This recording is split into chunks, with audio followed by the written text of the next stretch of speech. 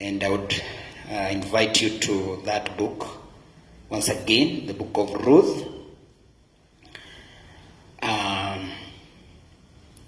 book of Ruth is very prophetic.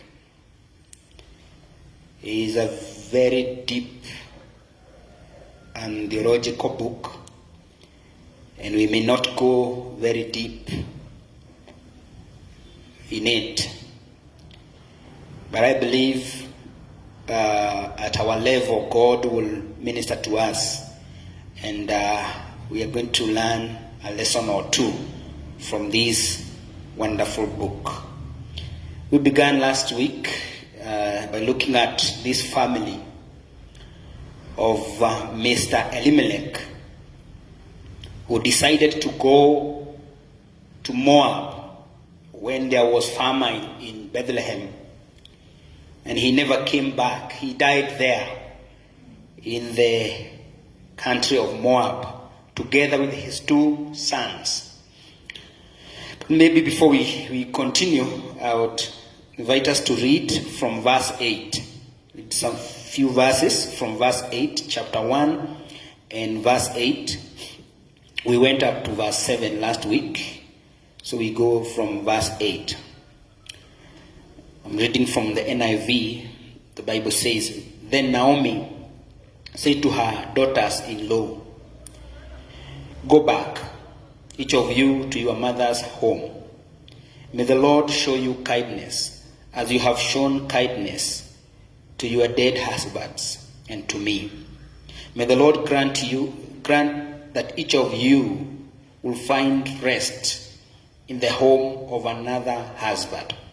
Then she kissed them goodbye, and they wept aloud and said to her, 'We will go back with you to your people.' Then Naomi said, 'Return home, my daughters. Why would you come with me? Am I going to have any more sons who could become your husbands? Return home, my daughters. I am too old to have another husband. Even if I thought there was still hope for me, even if I had a husband tonight and then gave birth to sons, would you wait until they grew up? Would you remain unmarried for them? No, my daughters. It is more bitter for me than for you, because the Lord's hand has turned against me.' At this they wept aloud again. Then Orpah kissed her mother-in-law goodbye, but Ruth clung to her. 'Look,' said Naomi, 'your sister-in-law is going back to her people and her gods. Go back with her.' But Ruth said, 'Don't urge me to leave you or to turn back from you. Where you go, I will go, and where you stay, I'll stay. Your people will be my people, and your God my God. Where you will die, I will die, and there I'll be buried. May the Lord deal with me, be it so severely, if even death separates you and me.' When Naomi realized that Ruth was determined to go with her, she stopped urging her. So the two women went on until they came to Bethlehem. When they arrived in Bethlehem, the whole town was tired because of them, and the women exclaimed, 'Can this be Naomi?' 'Don't call me Naomi,' she told them. 'Call me Mara, because the Almighty has made my life very bitter. I went away full, but the Lord has brought me back empty. Why call me Naomi? The Lord has afflicted me.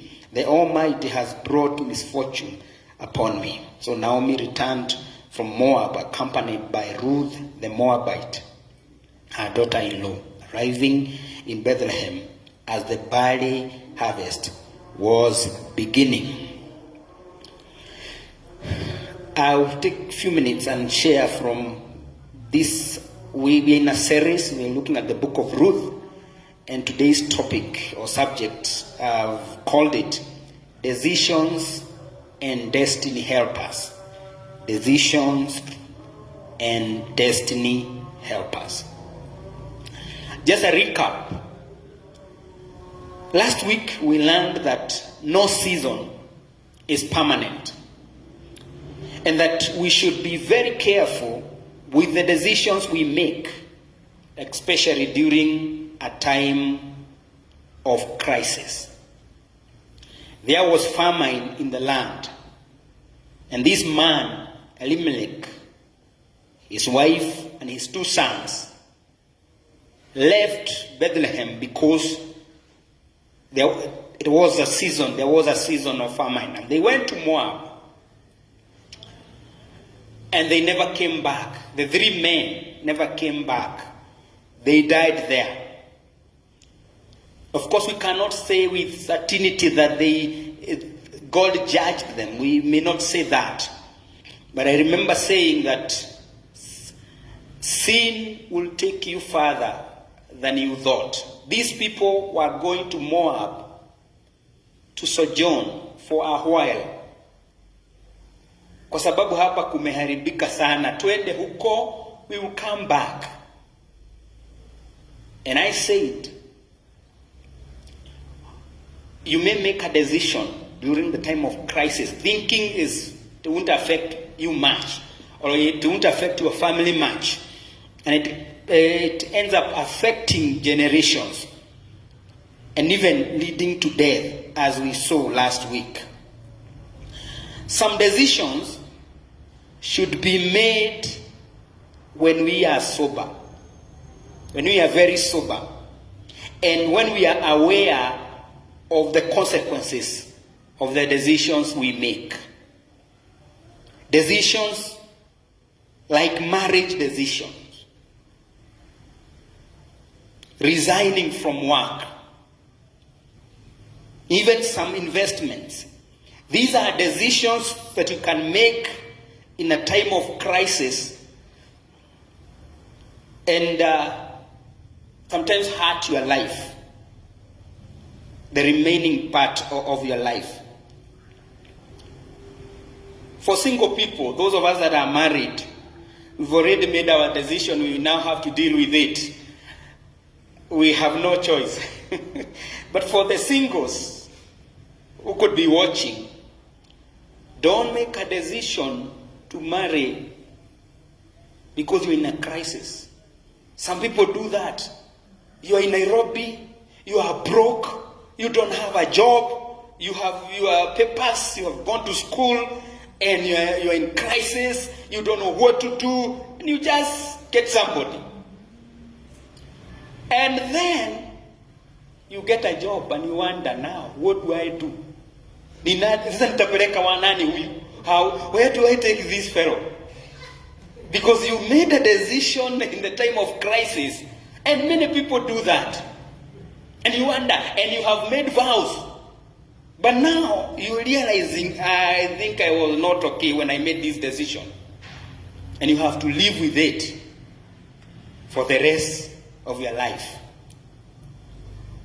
Don't just quit work because it's a season of chaos in your organization. It's a season. It won't be like that forever. This season will come to an end. And you don't make permanent decisions due to a season that is not permanent. A season, you are not, you have misunderstanding with your employer or with colleagues, and you are quick to make decision and quit. And then 2 weeks down the line, that boss that you are running away from is fired or transferred. And you have quit and you don't know what to do. Don't make these major decisions during a time of crisis. This family lives only to hear that God has remembered Bethlehem. God has provided bread. But the damage has been done. The man is dead. The 2 sons are dead. Please note that there will be seasons when there is no bread in Bethlehem. Bethlehem means the house of bread. But at this time, there was no bread. There will be a season or seasons when there is no praise in Judah. Judah means praise. This time they were not praising. This time they were hungry. They were crying due to famine. But this season came to an end. This season came to an end. But now, remember we are talking about decisions and destiny helpers.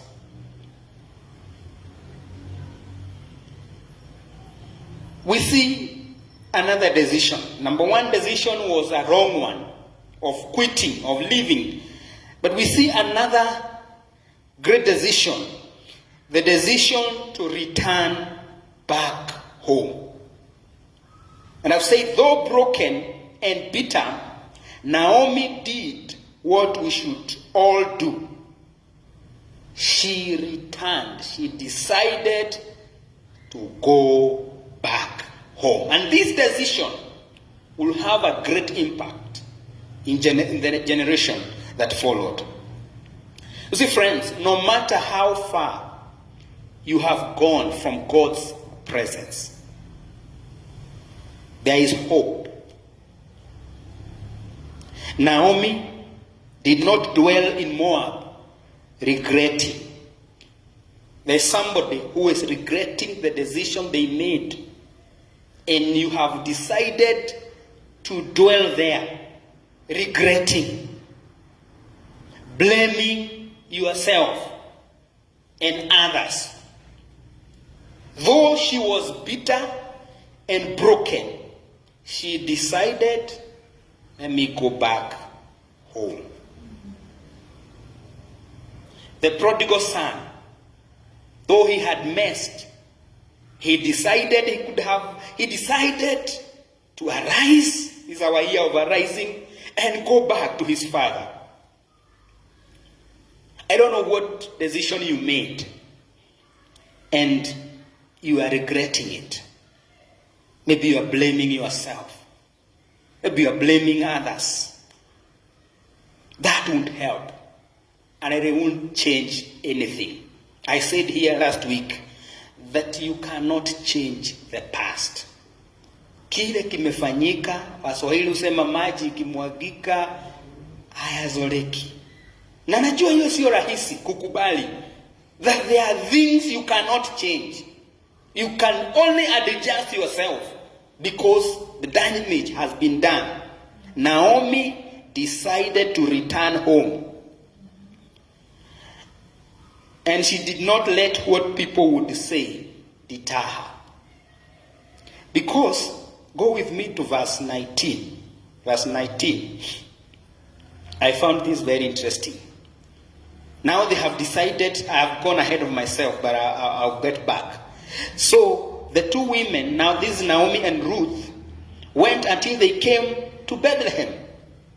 When they arrived in Bethlehem, the whole town, I don't know how many people are in that town, was stirred because of them. And the women, now I don't know why the Bible chooses to use the women.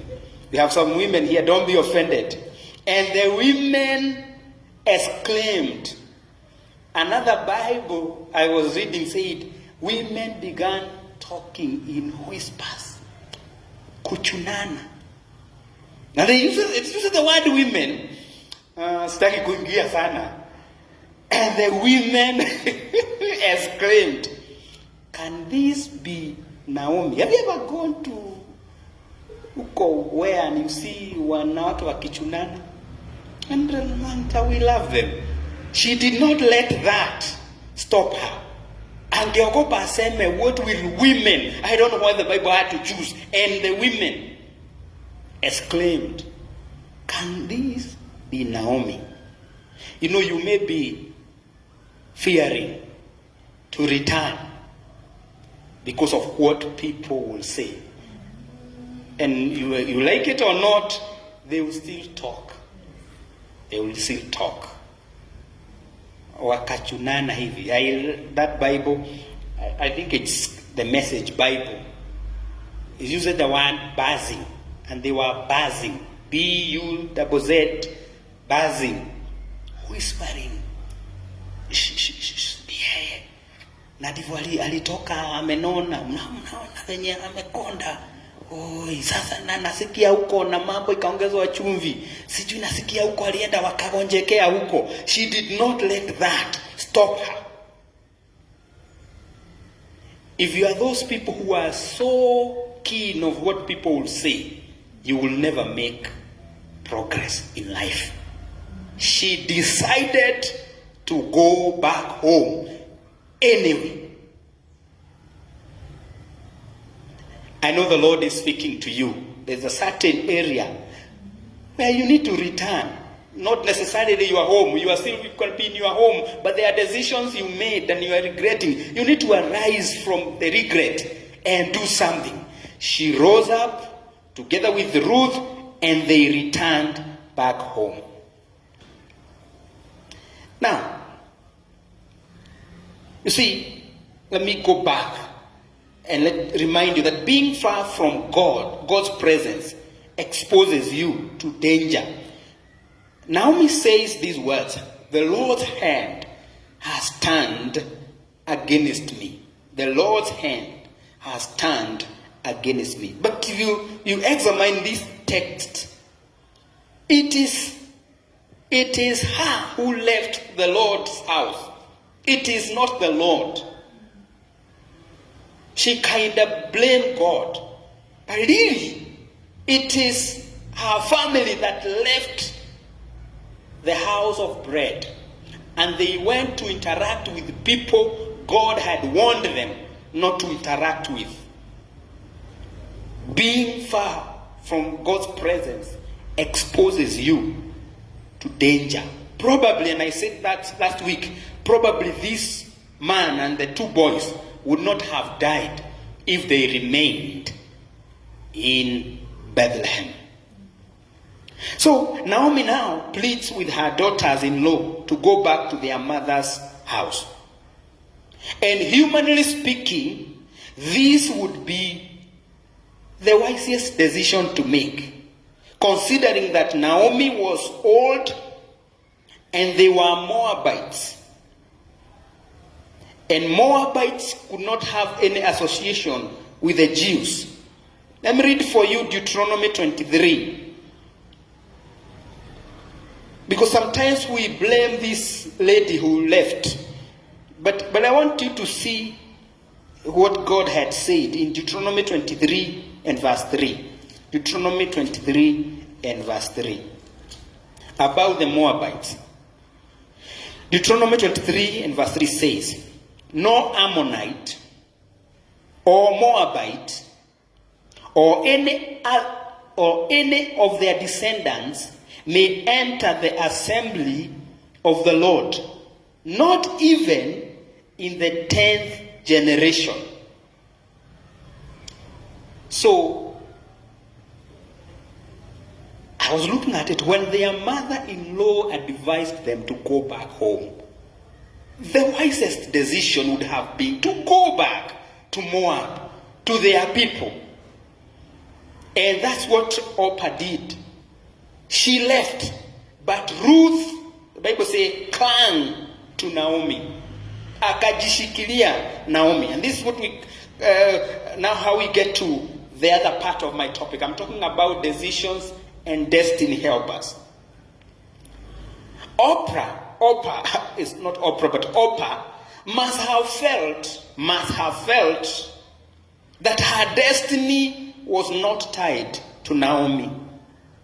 Ruth, on the other hand, knew or felt that there was a divine connection to Naomi, and that her destiny was somehow connected to this old lady. If you see her statement, when her mother-in-law begged her to go back home, she uses very strong statements that we sometimes use in weddings. She says, don't urge me to leave you or return back from you, or turn back from you. Where you go, I will go. Where you stay, I will stay. Your people will be my people. Your God will be my God. Where you die, I will die, and there I'll be buried. May the Lord deal with me, be it so severely, if even death separates you and me. Wow. Wow. Now, I don't know how Ruth discovered that her destiny was somehow tied to this old lady, Naomi. I don't know. But let me say this, friends. There are people that God brings your way in this journey of life for the purpose of helping you reach your destiny. There are people like that. I'm a witness. And you are a witness also. Kama haukepatana na nani huu wakati mlipatana, you don't know how your life would have been. They are destiny helpers. Such was Naomi to Ruth. Now, these people, because I believe every one of us have met them, or you have them, they are normal people with shortcomings, with weaknesses. Sometimes they are irritating, but you feel and you cannot explain. There's something about this man. There's something about this woman. There's a connection that I cannot explain. And this is what we see in Ruth. I don't know how she knew it, but she vowed that I'm not leaving this old woman. And may God punish me if I ever separate myself from her. I don't know how she knew it. I don't know how she felt it. And I want to let you know also, there are people you have met or you will meet, and something inside you tells you there's something about this person. Now it's up to you to fight for that relationship to remain. Because for you to get to your destiny, you must overlook their weaknesses. And as I want to speak to young people. There are people God brings your way. But because you are quick to make decisions, you don't overlook their weaknesses, their limitations. And you have to see beyond their weaknesses. See beyond their limitations, because they are human beings with weaknesses. Let me give you a few examples. Timothy and Paul. Timothy and Paul. The destiny of Timothy was tied to Paul. But Paul, this man does not have a good background. He was a former persecutor of the church. He was unmarried. I don't know about Timothy. This man had a thorn in his flesh. But somehow, Timothy, if you read the book of, I think the book of 2 Timothy, he had to hang somewhere outside the window of the jail cell. And as Paul was about to die, somehow he felt, my destiny is connected to this man who has so many imperfections. Elisha to Elijah. Elisha to Elijah. It's dramatic how they met. And this Elijah guy was a man who we are not told about his family. Most likely he was unmarried. He's a man who was sometimes suicidal. You remember he telling God, I want to die. That's a suicidal spirit. But this is a man with a destiny. He's a destiny helper of Elisha.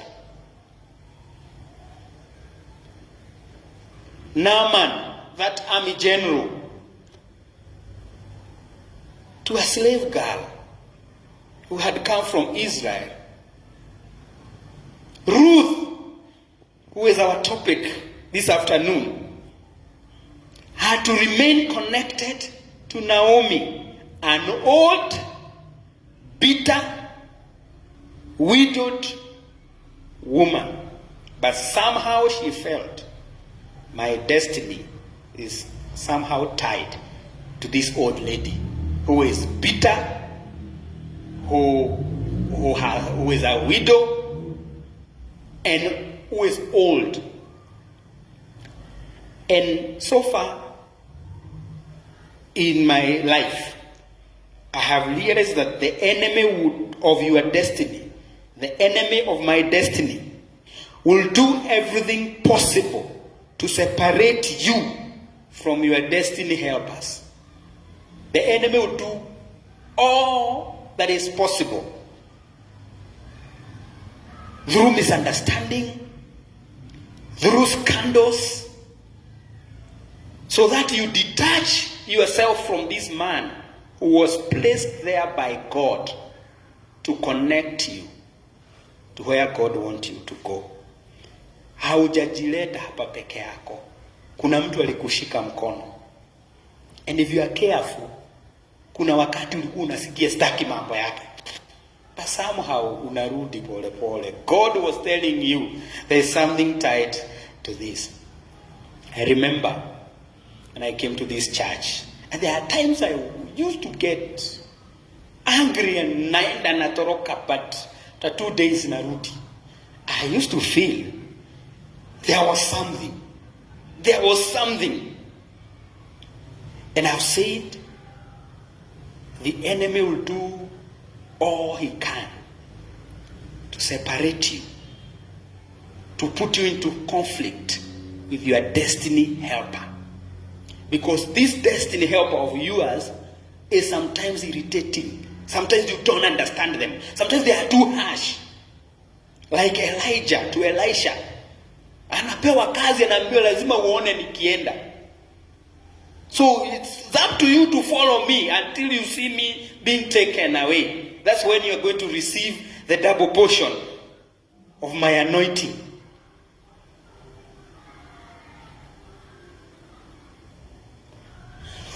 Decisions and destiny helpers. Your decisions, especially in the time of crisis, will determine your destiny. And decisions have consequences. Destiny helpers, people that God brings your way, ili wakushike mkono ufike mahali Mungu anataka uende. And I want to insist on this, because they are there. They are there. They are people that God has raised in your journey of life to help you. Nao ni watu wa kukumbuka na kuheshimu, na you got to humble yourself with them. Though they may be irritating, they may be dictatorial, you may not understand them, they may be too harsh, but you got to hold on there, because your destiny is somehow tied to that man or that woman. This is what Ruth did. She decided, I'm going to cling to this old lady because somehow I like her God. Remember, in Moab they were worshipping idols, gods with small g. Somehow I like the God of my mother-in-law. I'm going to hold on there. I'm going to hold on there. And as we are going to see how her story ended, it ended at a very high note. Ruth risked her life to be with her destiny helper. We've read the book of Deuteronomy 23:23. Moabites were not to associate, Jews were not to associate with Moabites up to 10th generation. 10th generation is like 500 years. They were not to associate. She risked her life and she clung to her destiny helper. Don't be the one to quit too soon. When Orpah decided to go, we never hear about her again. We don't see her. Maybe you have seen her name again appear somewhere in the Bible. We don't. But Ruth is a household name because of the decision she made. The decision she made to cling to her destiny helper. Decisions and destiny helpers. Doesn't matter what decisions you have made. Maybe decisions that you regret, but don't dwell there. Don't dwell in that regret. Rise up, dust yourself, and do what you're supposed to do. Naomi arose and decided to go back home. Go back to your family. Go back to your church. Do something about your situation. Don't sit there crying, blaming people, blaming yourself, regretting. That will not help you. And then identify the destiny helpers that God has placed in your life. Overlook their limitations and their weaknesses and see beyond their weaknesses. When God connects you to people, before you quit that relationship, that partnership, inquire from the Lord why He joined you together in the first place. And I've told you, the enemy will do his best to ruin your relationship with your destiny helpers. I had this on a lighter note as I conclude. I had this somewhere. Don't know whether I had or I read. That when the devil wants to disconnect you with your destiny helper, the devil can even visit you in a dream.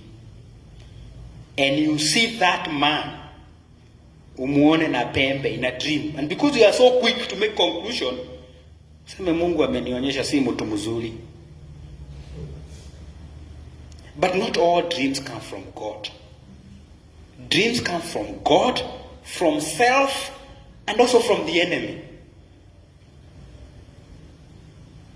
When the devil wants to disconnect a church member from that church because their destiny somehow is tied to that church, unaweza hata uone pulpit, uone vituko hapa, and you conclude Mungu ana